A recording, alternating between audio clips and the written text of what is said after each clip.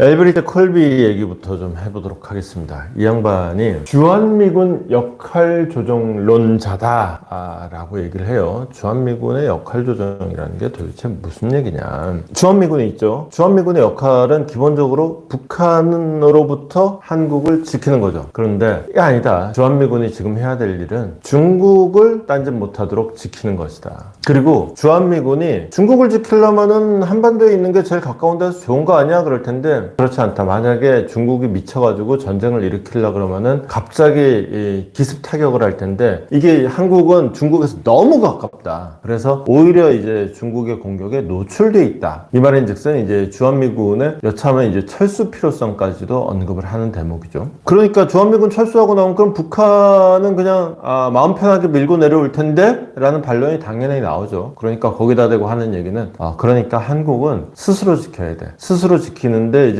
그걸 또 막 북한하고 전쟁을 벌여가지고 지키면은 잿더미만 남았는데 그게 지킨 게 무슨 소용이겠어요? 그러다 보니까 아예 북한이 언감생심 꿈도 못 꾸게 압도적인 전력을 가질 수 있도록 한국이 독자 핵무장을 해야 된다. 여기까지 이제 얘기가 진행이 되는 거예요. 물론 타이밍에 따라서 이 양반 말도 약간씩 왔다 갔다 하는 대목들이 있어요. 그래서 그리고 좀 이때는 이 얘기 했다가 저때는 저 얘기 했다가 해서 이 양반의 진짜 생각이 뭔지는 좀 깊숙하게 들여다 봐야 될 필요가 있는데 또 하나는 이거예요. 지금 바이든 행정부에서 얘기하는 확장 억제 회의론자라는 측면도 있어요. 이거는 뭐냐면은 확장 억제라는 건 말 그대로 한국의 해구산을 제공한다는 거죠. 한국의 해구산을 제공한다는 건 뭐냐? 한국이 핵공격을 받았을 경우 미국이 핵공격을 받는 것과 똑같이 간주해서 상대국의 핵공격을 퍼붓겠다라는 것인데 이 양반의 걱정은 이거예요. 자, 좋아. 그럼 한국이 핵공격을 받았어? 누구로부터 받겠어요? 북한으로부터 받겠죠. 그러면은, 대신 핵공격 해줄 수는 있어. 그러면은, 야, 나는 왜 한국 때렸는데 미국 네가 쏴? 그러면은, 너도 맞아봐. 그러면서 북한이 미국을 향해서 핵을 쏘면은, 그건 또 어떡할 거냐. 왜 한국 지켜주느라고 우리가 핵에 노출되는 위험을 감당하느냐. 라는 측면에서 이제 확장 억제 회의론자라는 거죠. 그래서 한국이 자체 핵무장을 하면은 핵전쟁을 하거나 말거나 남북 간에 니들이 알아서 해. 이 문제로 된다는 것이죠. 이렇게 보면 이 양반 참 골 때리는 사람이고 걱정스러운 사람인데 근데 또 불과 2달 전에 10월 초에 이게 트위터에 올린 글이에요. 이게 그때 현무5 우리 열병식 하고 했을 때 딱 그 현무5 탄두 중량만 8톤인지 10톤인지 하는 그 어마무시한 벙커버스터라고 하지만 실질적인 효과는 거의 핵폭탄에 버금간다고 하는 그 현무5를 보고는 이런 한국의 강경한 태도를 봤을 때 이 진짜 한국이라는 나라가 우리한테 얼마나 중요한지 그 이유를 설명해주는 장면이다 라고 극찬을 하는 장면도 있었어요. 그러니까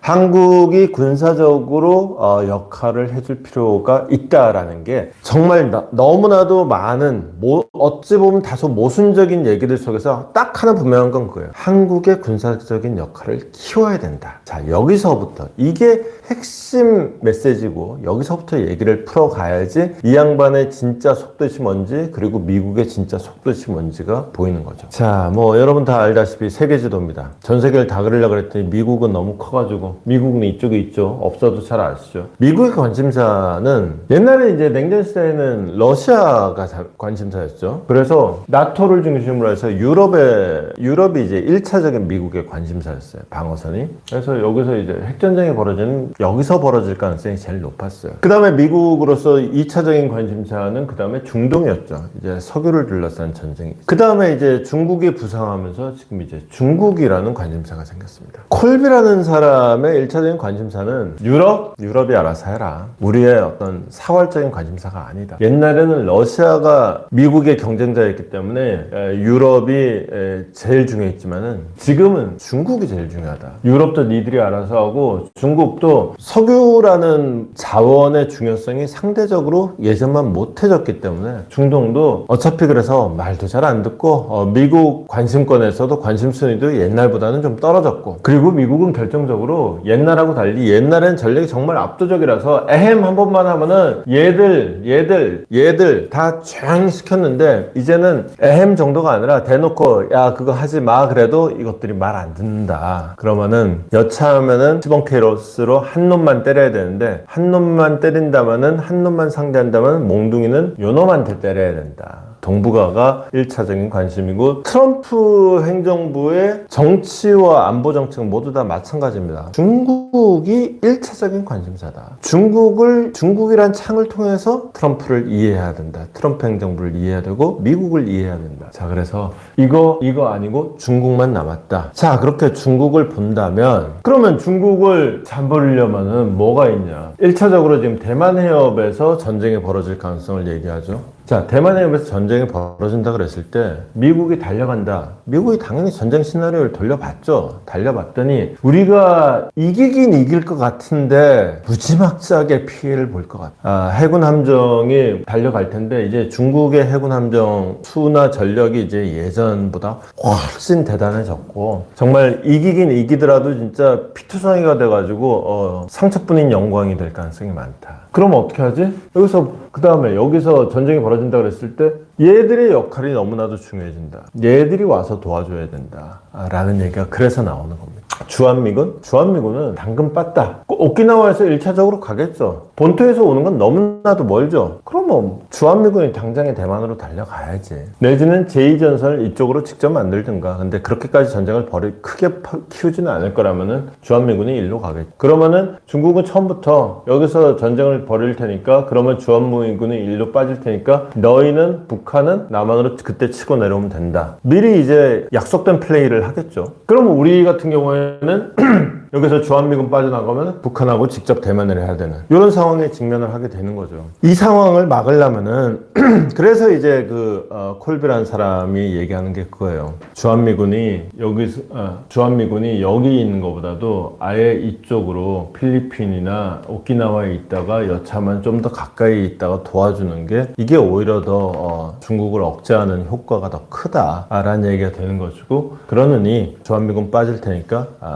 독자 핵무장하고 니네가 알아서 지켜라. 이 얘기가 나오는 이유가 되는 겁니다. 그러면 이제 정말 미국 없으면 나라 망한다고 생각하는 많은 사람들이 이제 당장에 걱정을 하죠. 그럼 우리 어떡하느냐? 자, 이게 나라 망할 걱정을 그렇게 하는 게 아니라 미국이 필요한 걸 알았으면은 미국하고 내고를 하는 법도 아는 거죠. 자, 미국이 필요한 건 한마디로 자, 중국을 상대해야 되는데 미국이 힘이 없어. 이게 시작점이에요. 그러면 그 힘 내가 보태줄게요. 그 힘을 미국이 나 힘없다는 얘기를 어떻게 얘기를 하고 있냐면은 야, 주한미군 운영하는 거 니네 지켜주느라고 우리가 돈 쓰고 있는데 너 공짜로 날로 먹고 있어. 돈 좀 더 내. 이게 지금 미국이 하는 거고 그 돈 더 내느냐 마느냐가 우리의 1차 관심사인데 그게 문제의 핵심이 아니다. 미국이 힘이 없고 그러니까 힘 좀 보태다오가 미국이 내심 진짜 바라는 거고 우리가 역할을 할 수 있는 부분은 바로 그런 대목이 있다. 예컨대 전 세계 군사력 순위를 쭉 매겨보면요. 한국 몇 등 할 것 같으세요? 이게 순위를 매기는 데마다 달라요. 한국이 5등합니다. 생각보다 높죠. 그리고 특히 한국의 해군력 얼마나 될 것 같으세요? 전 세계에 이지스함이라고 이름 많이 들어봤죠. 이지스함이라는 게 이제